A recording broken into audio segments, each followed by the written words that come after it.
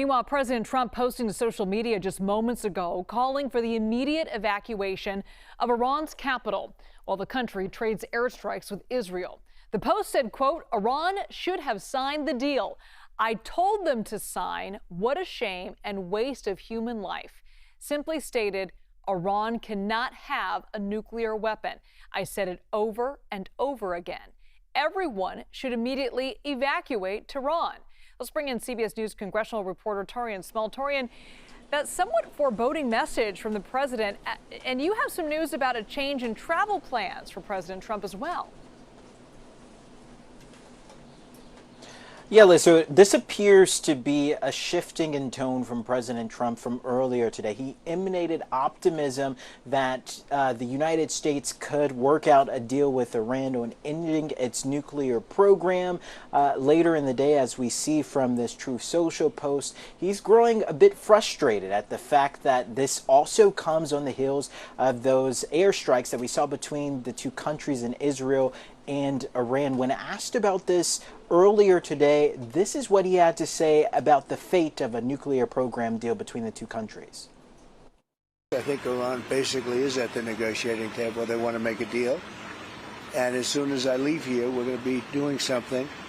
But I have to leave here. I have, this commitment. I have a lot of commitments. I have a commitment to a lot of countries, including the UK, where we just signed our deal.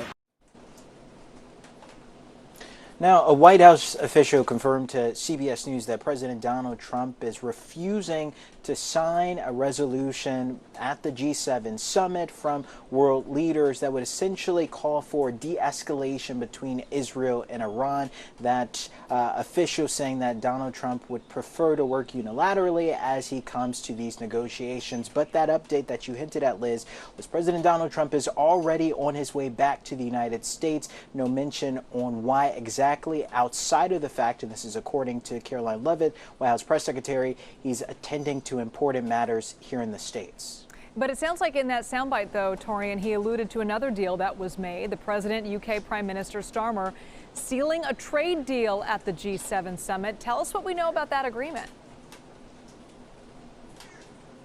Yeah, pretty big deal that he touted during the summit. He came out with the prime minister holding and at one point dropping the signed deal from his hands. But in that, though, this has to deal with aerospace, automobiles, including jet engines. It would essentially lower tariffs on those significant matters, including the first 100,000 cars imported into the United States from Britain.